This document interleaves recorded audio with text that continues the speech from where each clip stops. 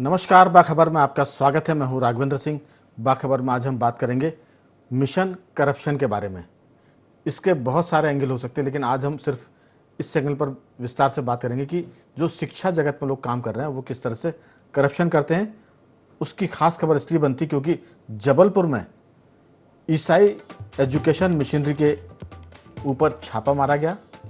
जबलपुर के bishop PC Singh के घर पर ईओडब्ल्यू की जब कार्रवाई हुई तो उसमें करीब 1,67,00,000 रुपए नगद जब्त हुए, जिसके गिनने के लिए बैंक से मशीन बनवानी पड़ी। ये पीसी सिंह कौन है? ये बिशप हैं, the board of education church of north India के चेयरमैन भी है, और इन्होंने बच्चों की फीस जो मिली थी उसमें धांधली की, हेराफेरी की और उसको धर्मांतरण और बाकी ऐसे काम, निजी कामों में खर्च किया जो अवैधानिक थे। इसी पर हम विस्तार से बात करेंगे कि आखिर ये जो मिशन करप्शन है वो क्या करता है, क्योंकि शिक्षा का काम होता है बच्चों को शिक्षित करना, उससे धन कमाना उसका द्वितीय उद्देश्य हो सकता है, सेकेंडरी हो सकता है, लेकिन यहाँ पर पहला उद्देश्य तो लग रहा है कि धन कमाना है और उसके बाद पैसे को निजी खर्चों में इस्तेमाल करना या धर्मांतरण जैसे कामों में लगाना है। इस पर विस्तार से बात करने के लिए हमारे साथ स्टूडियो में मौजूद हैं वरिष्ठ पत्रकार रमेश शर्मा जी, टेलीफोन लाइन पर हैं वरिष्ठ पत्रकार जयराम शुक्ल जी। आप दोनों का बहुत बहुत स्वागत है। सबसे पहले शुक्ल जी, मैं चर्चा की शुरुआत करना चाहूँगा रमेश शर्मा जी से। दरअसल जबलपुर का मामला है और बहुत ही संवेदनशील इसलिए भी है क्योंकि ईसाई मिशनरियों पर ये आरोप लगे हैं कि अक्सर वो सेवा के नाम पर समाज में घुसपैठ बनाते हैं, उसके बाद धर्मांतरण कराते हैं, यानी हिंदुओं को या बाकी लोगों को ईसाई बनाते हैं। ये उन पर मोटे तौर पर देश भर में आरोप लगता है और इसके बारे में हमारे रमेश शर्मा जी, जयराम शुक्ल जी और हमारे साथी पत्रकार थोड़ी देर में जुड़ेंगे, आशीष दुबे जी विस्तार से बताएंगे। रमेश जी, पहले आपकी राय इस पूरे मुद्दे पर कि ये मसला क्या है? देखिए, जैसा कि आपने खुद भी बताया है, ये मुद्दा अपने आप में एक बड़ा मुद्दा है, जिसमें 1,67,00,000 रुपया तो इसमें कैश मिला है, इसमें सोना मिला है और बहुत सारी सामग्री मिली है। इसके अलावा करीब 2 करोड़, मैं बताना भूल गया, इसमें जोड़ दूं, $18,000 भी मिले उनके पास। वही मैं बता रहा हूँ, $18,000 मिले। फिर 2,67,00,000 रुपए का ट्रांजैक्शन मिला है जो किसी संस्थाओं को, सेवा के नाम पर संस्थाओं को गया हुआ है। फिर अभी अभी ये खबर भी लगी है कि वो जो इनके फोन कॉल्स और जो कागज मिले हैं उसमें कुछ कनेक्शन नागपुर का भी आया है, जहां भी भारी लेन देन की इसमें बात आई है, लेकिन अब इसका डिटेल 1-2 दिन में आ जाएगा। तो मोटे तौर पर राघवेंद्र जी, ये माना जाता है कि चर्च के साथ जितनी संस्थाएं जुड़ी हुई हैं और जितने स्कूल जुड़े हुए हैं, कहीं ना कहीं वो अपने ईसाई धर्म प्रचार के लिए उसमें वो काम करते हैं। और ये लोगों की नज़र में इसलिए नहीं आते कि चूंकि अल्पसंख्यक के नाम पर इन संस्थाओं को कुछ विशेषाधिकार भी मिले हुए हैं, जिसका मैं उदाहरण देना चाहता हूं। अगर देखें भारत का इतिहास, तो 1773 में मिशनरी ने, चर्च ने ये निर्णय लिया था कि किस प्रकार वो भारत शिक्षा के माध्यम से और सेवा के माध्यम से अपने धर्म का प्रचार करें। और वो जो धर्म का प्रचार था वो आगे चल करके धर्मांतरण या मतांतरण के रूप में बदला। वो इसी को फिर उन्होंने 1835 में, अब 190-88 साल इसमें होने को आ गए, उन्होंने एक कानून बनाया जो इसको कहा गया इंडियन एजुकेशन एक्ट उन्होंने बनाया। इसको फिर उन्होंने मॉडिफाई किया 1858 में, और 1858 में मॉडिफाई करके एक यहाँ पर एक शिक्षा का एक सिस्टम बनाया कि किस प्रकार चर्च अपने स्कूल चलें और किस प्रकार अंग्रेजी उसमें पढ़ाई जाए और किस प्रकार संस्कृत और दूसरे स्कूलों पर पाबंदी लगाई जाए। तो कुल मिलाकर के स्वतंत्रता के बाद वो जो विशेष प्रिविलेज था वो कहीं ना कहीं अल्पसंख्यक के नाम पर उनको बराबर मिला। इसलिए उनके खिलाफ अगर कोई जांच भी होती है तो पुलिस उसको दाएं बाएं कर देती है।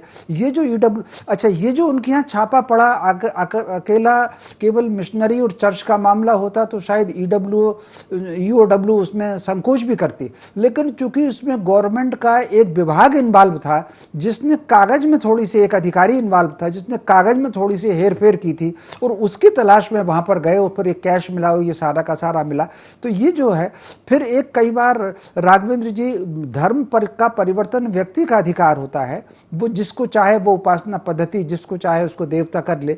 लेकिन भारत में योजना पूर्वक ये जो मतांतरण है या धर्मांतरण है वो राष्ट्रांतरण का मुद्दा है। अगर राष्ट्रांतरण नहीं होता तो कैसे हमसे बांग्लादेश अलग हो जाता, पाकिस्तान अलग हो जाता, अफगानिस्तान अलग हो जाता, बर्मा अलग हो जाता। और आप जहां जहां आप देख लीजिए, जहां जहां इस तरीके के प्रचार चल रहे हैं वहां भारत विरोधी नारे लगने लगते हैं। तो कुल मिलाकर के ये बहुत बड़ा रैकेट है और आपने इस मुद्दे को उठाया। और बहुत से लोग तो इस मुद्दे को उठाने की हिम्मत नहीं कर पाते, लेकिन आपने उठाया, आपको भी साधुवाद। और सरकार से ये अपेक्षा है कि वो उसको गहराई तक, नीचे जड़ों तक जाए और देखे कि इसके तार कहां कहां जुड़े हुए हैं। बेशक बात शुरू हुई दरअसल ईओडब्ल्यू के छापे से, लेकिन ये दूर तक जाएगी ऐसा लग रहा है। और जैसे रमेश शर्मा जी बता रहे हैं कि जहां जहां मिशनरी ने काम किया, बेशक उसने सेवा की और शिक्षा भी दी, लेकिन सेवा और शिक्षा के बीच में एक बहुत ही बारीक सी लाइन है जिसमें वो धर्मांतरण भी कराते हैं। ऐसी शिकायतें कई जगह से मिली, कई बार इसको नकारा भी गया, कई बार ये साबित भी हुई है, जिस पर हम विस्तार से बात कर ही रहे हैं। जयराम शुक्ल जी हमारे साथ हैं और स्टूडियो में आ गए हमारे साथी पत्रकार आशीष दुबे जी। आशीष जी, आपका भी बहुत बहुत स्वागत है। तो जयराम शुक्ल जी, ये मामला जबलपुर का जरूर है, लेकिन इसके दूरगामी नतीजे आएंगे।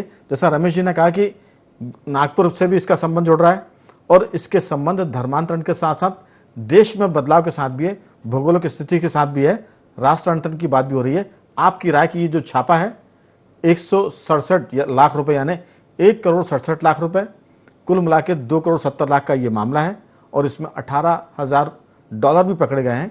सबसे खास बात है कि जिन बिशप के यहाँ ये छापा डला है वो इन दोनों जर्मनी में है, हिंदुस्तान में नहीं है। आपकी राय? देखिए, मैं शर्मा जी की हर बातों से सहमत हूँ और ये बहुत ही छोटा प्रकरण है, बहुत ही छोटा, जिसको आप 0.001 कह सकते हैं। नॉर्थ ईस्ट में आप जाएं तो ऐसे बिशप हर शहर में मिल जाएंगे। पूरा नॉर्थ ईस्ट एक योजनाबद्ध तरीके से पंप हुआ मिशनरी का पैसा और पूरे नॉर्थ ईस्ट को, अरुणाचल प्रदेश, मणिपुर और सिक्किम और जितना भी है वहां पर भी इस मशीनरी ने काम किया और ये बड़ा सुनियोजित और सुगठित तरीके से काम हुआ। नॉर्थ ईस्ट में तो जो ये पादरी था यहाँ पे, अल्विन वारियर, जो आपके मंडला में आया था, उसको पोच किया गया। आज भी रामचंद्र गुहा और बहुत सारे इतिहासकार लोग उसको इतिहास का प्रणेता मानते हैं, गॉड मानते हैं, एंथ्रोपोलॉजी का गॉड ऑफ एंथ्रोपोलॉजी मानते हैं। तो वो मंडला डिंडोरी तरफ उसने मिशन का काम करना शुरू किया था। आप दुर्भाग्य देखिए कि उस जमाने में नेहरू जी ने उसको अपने भाई की तरह कहा, गांधी जी ने अपने बेटे की तरह कहा, जमनालाल बजाज का वो दामाद की तरह था। फिर उसको एक स्पेशल राजदूत बना के, एक स्पेशल कमिश्नर बना के नॉर्थ ईस्ट में कर दिया। आज की तारीख में पूरा नॉर्थ ईस्ट का 75%, 85% ईसाई है, क्रिश्चियन है। और वहाँ जो है तो किस तरीके से काम हुआ है, मतलब यदि सरकारें सतर्क नहीं होती, उसमें इंदिरा गांधी भी सतर्क रही और मोदी जी तो बहुत ही सतर्क है, तो नहीं तो वो एक सबसे पहले अलग होने वाला इलाका है नॉर्थ ईस्ट, क्योंकि वहाँ पे डेमोग्राफिक डिस्टर्बेंस इतना भयंकर हुआ है, इतना भयंकर हुआ है कि उसके बाद फिर केरल में भी आप देखो मिशनरी का खेल चल रहा, छत्तीसगढ़ में मिशनरी का खेल चल रहा है। और ये अनअकाउंटेड पैसे आते हैं सेवा के नाम से, शिक्षा के नाम से। और इवन मदर टेरेसा का भी जो काम है वो उनको भले एक पक्षीय मानता हो कि वो मानवता की मसीहा रही हैं, लेकिन उनके मानवता के मसीहापन के पीछे भी कोई एक स्वार्थ रहा है और वो सब एक्सपोज हुआ है समय समय पर। अब कोई नाम उसका ज्यादा नहीं लेता। बिल्कुल, मैं सिर्फ इसमें एक चीज और जोड़ूंगा जयराम जी। दरअसल छत्तीसगढ़ के साथ साथ उड़ीसा में भी इस तरह का बहुत बड़ा एक काम चल रहा है। मैं एक बार उड़ीसा गया था तो वहाँ जो हमारे साथ टैक्सी ड्राइवर था उसने कहा कि सड़क को छोड़ दीजिए, लेकिन अगर आप देहात में जाएंगे तो हर गांव में आपको, लगभग हर एक गांव में आपको चर्च मिल जाएगा। यानी ये सेवा के माध्यम से जो धर्म का बदलाव हो रहा है, ये दरअसल सेवा से कोई दिक्कत नहीं है, सेवा करिए आप, लेकिन अगर आप धर्म बदलते हैं तो फिर ये राष्ट्र पर भी सवाल खड़े करता है। मैं लौटूंगा। और सेवा को तो फिर वो बदनाम करता ही है कि ऐसी सेवा जिससे आप धर्म बदल रहे हैं, इसके पीछे भी बहुत सारी चीज़ें। इस पर रमेश जी और आपसे मैं विस्तार से बात करूंगा। हमारे साथ हमारे संवाददाता जबलपुर के ब्यूरो चीफ हैं देवजीत जी, वो भी जुड़ गए। देवजीत जी, आपका स्वागत है और आपसे जानना चाहेंगे कि ताजा जो वहां रिपोर्ट है क्या कहती है इस ईओडब्ल्यू के छापे के बाद। बिल्कुल, देखिए राघवेंद्र जी, IND-24 तो ग्राउंड जीरो से लगातार कवरेज दे रहा है जी। राघवेंद्र जी, जैसे मैं आपको सुबह भी मैंने बताया था कि लगातार ईओडब्ल्यू की कार्रवाई लगातार जारी है और IND-24 भी ग्राउंड जीरो पर लगातार मौजूद है। फिलहाल मैं आपको बता दूं कि अभी तक जो जानकारी हमें मिली है, जिसमें 1 करोड़ 60 लाख रुपए से ज्यादा जो है यहाँ पर उनके घर से बरामद की गई है। और भारतीय मुद्रा में अगर देखा जाए तो ये रकम काफी बड़ी होती है। वहीं $18,000 विदेशी मुद्रा में जो है अभी भी ईओडब्ल्यू ने जो है बरामद की है उनके घर से। विदेशी मुद्रा 18,000 करोड़ है। देवजीत जी, आप इस पर जरूर हमें बताएं कि उनकी गतिविधियां किस तरह से थी। क्या उन पर इस तरह की शंकाएं प्रकट की जाती थी कि जो बिशप हैं वो धर्म को बदलने के मामले में लगे रहते हैं, या उनकी कोई ऐसी गतिविधियां जो आपने देखी हो या लोगों ने बताई हो? देखिए राघवेंद्र जी, शिकायतें जो हैं वो पहले से ही यहाँ पर मिल रही थी कि ऐसी आशंकाएं जो है वो यहाँ प्रकट हो रही थी कि लगातार धर्म बदलने की बात भी आ रही थी। जो स्कूल शिक्षा की अगर बात करें, शिक्षा में भी घोटाले की बात सामने आ रही थी। लगातार ये शिकायतें जो हैं ईओडब्ल्यू को मिल रही थी, जिसके बाद आज सुबह 7 बजे से ईओडब्ल्यू ने उनके घर पर कार्रवाई की है और अभी तक कार्रवाई जारी है। उनके कार्यालय में ये कार्रवाई जारी है, कार्यालय में अंदर ये कार्रवाई जारी है। लेकिन अब आपको बता दूं कि लगातार IND-24 ने भी इसको देवेंद्र सिंह राजपूत जो SP हैं ईओडब्ल्यू के, वो लगातार हमारे संपर्क में हैं और उन्होंने ये जानकारी अभी हमें दी है तत्कालीन में कि अभी भी कार्यालय का सर्च कार्रवाई जो है राघवेंद्र जी वो जारी है। आकलन जो है वो बताया जाएगा। देवजीत जी, आप बने रहिए, मैं आपसे और विशेष जानकारी देते रहेंगे। हमारे साथ स्टूडियो में आशीष दुबे जी भी। आशीष जी, दरअसल ईसाई मशीनरी जो है वो शिक्षा और सेवा का काम तो करती है, इसमें कोई शक नहीं, लेकिन इसके नाते इन्हें किसी भी बड़े या छोटे शहर में 1 आध 2 एकड़ नहीं, सैकड़ों एकड़ जमीन भी दी जाती है। भोपाल की हम बात करें, मुझे लगता है कि देश भर में ईसाई मशीनरी का जो एजुकेशन वाला सेक्टर है उसके पास सर्वाधिक जमीनें हैं। चर्च जो है इनके पास बहुत ज़्यादा जमीनें हैं, तो वहाँ तक तो ठीक था। लेकिन 75 साल बाद भी अगर आप इस देश में रहकर देश के लोगों का धर्म बदलने का काम करेंगे तो मुझे लगता है कि इस पर लोग ऐतराज भी करेंगे और कई बार इस पर तीखी प्रतिक्रिया भी आती है। हम उन तीखी प्रतिक्रियाओं का समर्थन नहीं करते, लेकिन धर्म बदलने के मामले में जो काम होता है उसका भी हम समर्थन नहीं कर सकते, क्योंकि ये संविधान के विरुद्ध है। आपकी राय? नहीं, ये बात बिल्कुल सही है कि सेवा की आड़ में या शिक्षा की आड़ में कोई एक अलग से एक मिशन नहीं चलाया जाना चाहिए। मिशनरी का जो काम है, जो उनका मूल काम है, वो काम अगर होता रहता तो भी स्थितियाँ इस तरह से नहीं बिगड़ती। और अब इसमें जैसे बिशप का जो मामला आया, तो इससे ये भी चीज़ें सामने आती हैं कि ये जो मिशन इनका चल रहा है, इसके साथ साथ लगता है कई सालों से कुछ और भी गतिविधियां इस तरह की गड़बड़ी की चल रही हैं। ये हो सकता है कि उनके जो हेड हैं उन्हें नहीं पता हो, या ये नीचे के स्तर पे चलता हो, और जो भी उनका दायरा नेटवर्क जो भी हो। नहीं, लेकिन ये तो आशीष जी, ये बात तो जो उनके हेड है वहीं से शुरू होती है। नहीं, ये जो धार्मिक संस्थाओं में जो इनका जो हेरफेर का मामला आया, पैसों का, कैश का, ये मैं बोल रहा हूँ। दूसरी बात, जो मिशनरी, वो जो धर्म परिवर्तन का मामला है, वो तो गंभीर है और हो सकता है वो तो एक पूरी नेटवर्किंग के तहत अंतर्राष्ट्रीय स्तर पर साजिश भी है, वो बिल्कुल वो किया जाता होगा।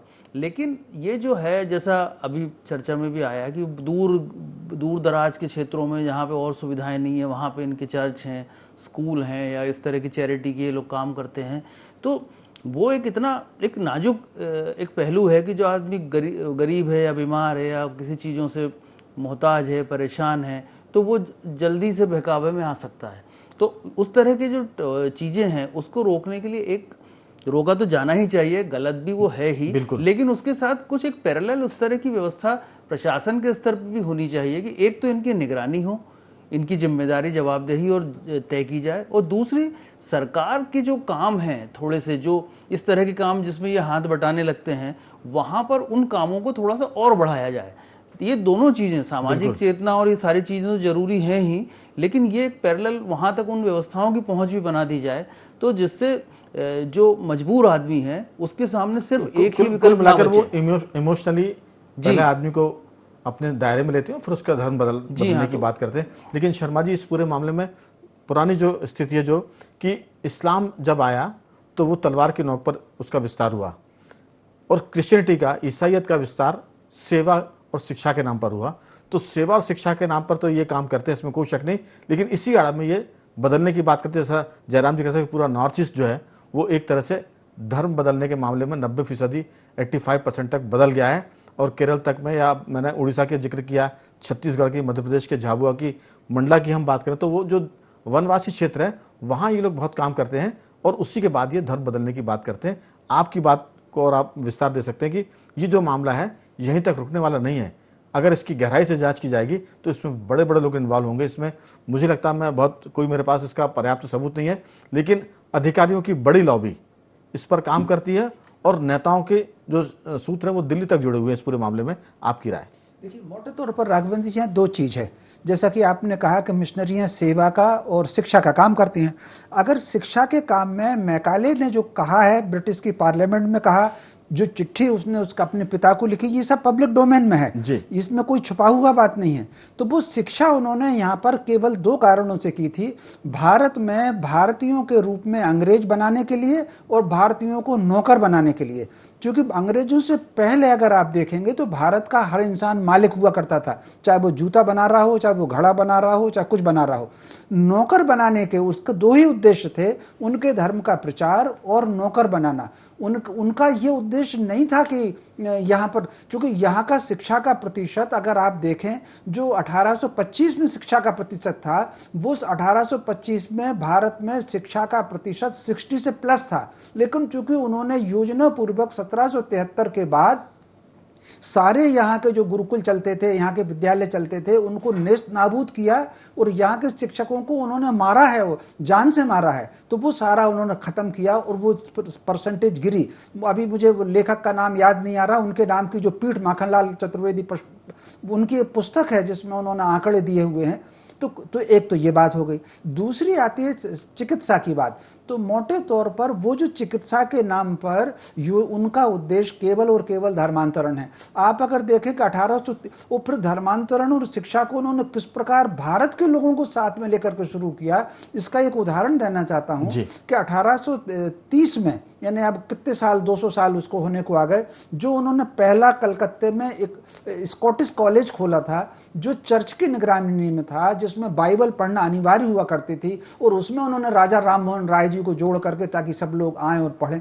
तो उनकी शिक्षा का उद्देश्य केवल उनका धर्म का प्रचार है, उनकी चिकित्सा के नाम पर वो केवल धर्म का प्रचार है, सेवा का उनका मुखौटा है, वो केवल धर्म का प्रचार करते हैं। और लेकिन हमारी एक बहुत आश्चर्यजनक बात यह है कि जो उन्होंने अपने शिक्षण संस्थानों को, चर्च को जमीन देने का जो प्रावधान किया था, वो आज़ादी के बाद भी लागू रहा। अगर हम सेकुलर देश हैं, हम धर्मनिरपेक्ष देश हैं, तो धर्मनिरपेक्ष देश हैं तो किसी को धर्म के आधार पर स्कूल चलाने का विशेषाधिकार क्यों मिलना चाहिए? और अगर एक जने को मिला है तो सारे धर्मों को मिले।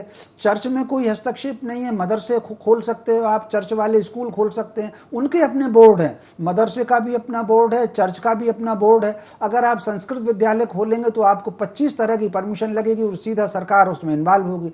तो मैं समझता हूँ अगर हम सेकुलर हैं, हम धर्मनिरपेक्ष हैं, तो सबके लिए समान कानून, समान अधिकार होना चाहिए। धर्म के नाम पर विशेषाधिकार शिक्षा की दिशा में खत्म होना चाहिए। बिल्कुल। जयराम शुक्ली जी, दरअसल जो मिशनरी के स्कूल हैं वो चर्च की निगरानी में काम करते हैं, इसलिए बिशप उनका एक तरह से अघोषित या घोषित हेड होता है, क्योंकि वो अपने हिसाब से काम कराना चाहते हैं। जो रमेश शर्मा जी ने बात की है उसी को आपसे और विस्तार से जानना चाहेंगे कि क्या देश भर में ये जो जौलपुर का छापा है एक नजीर बनेगा कि किस तरह से शिक्षण संस्थानों से जो आय प्राप्त होती है उनको कैसे बिशप अपने लिए इस्तेमाल करते हैं और कैसे धर्मांतरण के लिए इस्तेमाल करते हैं? आपकी राय?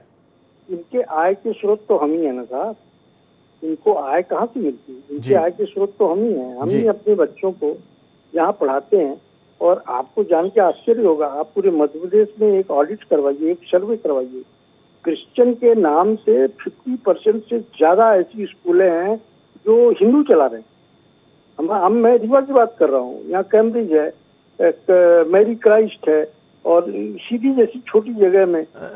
जयराम जी, रमेश जी ने मैकाले का एग्जाम्पल दिया कि अंग्रेजों ने जो शिक्षा पद्धति लेकर आया उसमें गुलाम बनाया अंग्रेजी सिखाकर। तो जो आप जिनका जिक्र कर रहे हैं कि वो क्रिश्चियनों के नाम के स्कूलों और चलाने वाले उनको हिंदू लोग हैं, तो ये उसका उपयोग करते हैं ताकि वो सेंट मैरी और फलाने डमा के जो नाम है उसको नाम रखेंगे तो बच्चे लोग ज़्यादा पढ़ने आएंगे। जी। और मैं वही कह रहा हूँ कि मतलब इस तरीके के नाम आप ऑडिट करें, पूरे देश में करें, तो 50% से ज्यादा ऐसी स्कूल हैं जो क्रिश्चियन के नाम से हैं, सेंट मैरी के नाम से हैं, क्राइस्ट के नाम से हैं, किसी के नाम से हैं, वो हिंदू लोग चला रहे हैं, क्योंकि उनको लगता है कि इधर जो है एक एलीट क्लास के बच्चे इसमें तैयार होते हैं। तो ये एक जो प्रवृत्ति है इसको तोड़ना पड़ेगा। सरस्वती शिशु मंदिर ने इसको काफी कुछ हद तक तोड़ने का काम किया है। जहाँ कहीं भी सरस्वती मंदिर है उनका शिक्षा का स्तर ठीक ठाक है, लेकिन सबसे बड़ी इस देश की जो संवैधानिक मजबूरी रही है वो अंग्रेजी रही है। आप भी पत्रकारिता में, मैं भी पत्रकारिता में, रमेश जी भी पत्रकारिता में, आशीष भी हैं, आप कंपेयर करें अंग्रेजी का पत्रकार और हिंदी के पत्रकार। अंग्रेजी के पत्रकार और हिंदी के पत्रकार में कितना बड़ा फर्क होता है। बिल्कुल। अंग्रेजी का पत्रकार कोई अंग्रेज नहीं है, हमारा साथी ही है, लेकिन उसके पांच शब्द लिखे हुए का भी कीमत होती है, मूल्य होता है। हम लोग फोकट फंडी के लेखक हैं।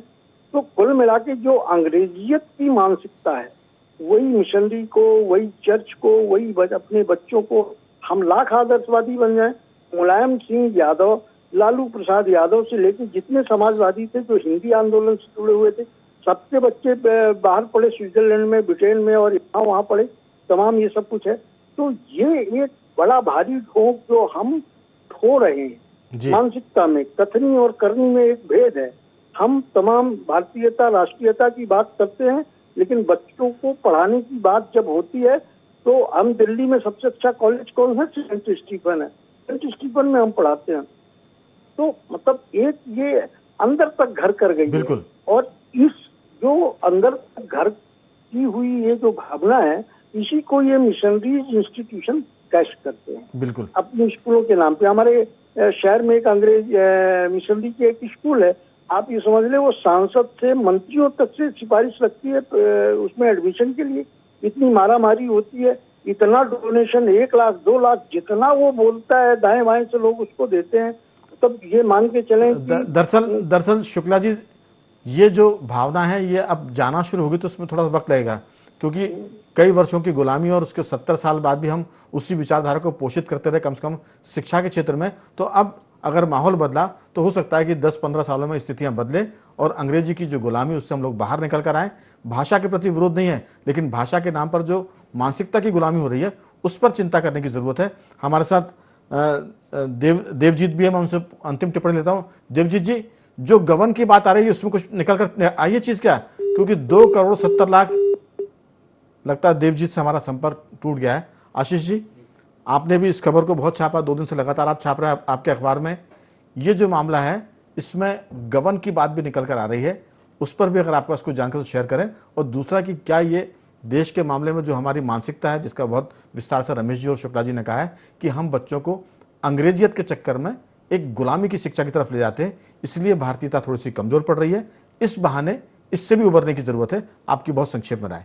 देखिए, जो पैसों के गबन का मामला है, जिसमें वो जो एक सरकारी एक विभाग और उसकी भूमिका के जरिए वो सामने आ गया जी। तो इस तरह की पड़ताल यदि अगर और भी जगह पे जहाँ पे ये संस्थाएं काम करती हैं और जिन जगह से इनके संबंध होते हैं विभागों से और ट्रांसफर रूट जो बनते हैं, अगर वहाँ पर उसकी जांच कराई जाए, उसकी जांच कराई भी जानी चाहिए और मुझे लगता है होगी भी, तो और भी चीज़ें निकल आएंगी। जबलपुर का जो मामला है वो उसी तरह का, और जबलपुर के आसपास जो मंडला और जो बड़ा एक आदिवासी बेल्ट है जहाँ पर ये मिशनरी और उनके काम बहुत ज़्यादा होते हैं, वहाँ पर ये चीज़ें निश्चित तौर पर जो है एक बड़ा फर्जीवाड़ा यहाँ भी होगा। हमारे यहाँ मध्य प्रदेश में झाबुआ के आसपास भी कुछ जगह हैं जहाँ को लेके हमेशा सवाल उठते रहे हैं, वहाँ पर इनकी भूमिकाओं को लेके। तो इस तरह की एक बारीक पड़ताल की जानी चाहिए। और जैसा मैंने पहले भी कहा था कि जो शिक्षा स्वास्थ्य की जो चीज़ें जो जिसके जरिए ये लोगों के दिल तक पहुंचते हैं या दिमाग तक पहुंचते हैं, जयराम जी ने भी यही बात कही है लगभग मोटे तौर पर कि वो जो मानसिकता है जिससे हम प्रेरित होकर उस तरफ जाते हैं, तो छोटी जगहों के लोग और जल्दी प्रेरित होते होंगे। तो वहां पर वो सरकारी जो व्यवस्थाओं का दायरा किसी भी हर सूरत में बढ़ाया जाना चाहिए। सरकार के साथ साथ जो सामाजिक संस्था है, जो एनजीओ है, उनको भी काम करने की जरूरत है, क्योंकि सरकार के भरोसे अगर आप रहेंगे तो जो दिक्कतें आ रही है वो और बढ़ेंगी। रमेश शर्मा जी, समय तो खत्म हो रहा है, अगर 20-30 सेकंड में आप करें कि क्या इस पूरे मसले से निपटने के लिए जो दूसरे एनजीओज हैं जो शिक्षा में काम कर रहे हैं, स्वास्थ्य में काम कर रहे हैं, उनको भी आगे आने की जरूरत है ताकि हम इनके जाल से बाहर निकल सके मिशनरी के। आपकी राय? निश्चित रूप से आपने बिल्कुल ठीक कहा। इसमें तीनों चारों स्तर पर जो सरकारी अमला है उसको भी कहीं ना कहीं भारत से जुड़ना चाहिए, और मिशनरी के प्रति जो उनके मन में एक अवचेतन में दबाव रहता है उससे उनको मुक्त होना चाहिए। समाज के लोगों को भी आगे आना चाहिए और उनकी जो इस होशियारी है इसको भी समझना चाहिए। अब नाम उनका सीपी सिंह है, पादरी और पादरी की संस्था चला रहे। भाई तुमने मतांतरण कर लिया, पादरी हो गए तो नाम वैसा रखो, लेकिन सीपी सिंह रखेंगे ताकि लोग भ्रमित हो। ठीक है आपने, समय की कमी, लेकिन इतना मैं जरूर कहूंगा आखिरी में कि भारतीय जो धार्मिक संस्थान है उनके पास भी बहुत पैसा है। अगर चर्च शिक्षण संस्थान चला सकता है तो भारत के जो मठ हैं, जो मंदिर हैं, जिनके पास जमीनें भी और पैसा है, वो भी इस क्षेत्र में काम कर सकते हैं। जी, वो करते हैं। तो भारतीय जो सनातन पद्धति है वो भी अपने मंदिर और मठों से शिक्षा संस्थान है, ये एक लंबी चैन बना सकते हैं ताकि वो देश की जो शिक्षा है उसको आगे बढ़ाए और हम गुलामी शिक्षा से निकले। जयराम जी आपका बहुत बहुत साधुवाद, आशीष जी आपका भी धन्यवाद, रमेश शर्मा जी आपका भी बहुत बहुत धन्यवाद कि आपने इस चर्चा में हिस्सा लिया। कुल मिलाकर जबलपुर में बिशप सीपी सिंह पर जो छापा पड़ा है, पीसी सिंह पर, लगता है कि इसकी बात अगर जांच गहराई से हुई तो दूर तक जाएगी। बाखबर में आज सिर्फ इतना ही, कल किसी और मुद्दे पर बात करेंगे। तब तक बने रहिए हमारे साथ और देखते रहिए IND24।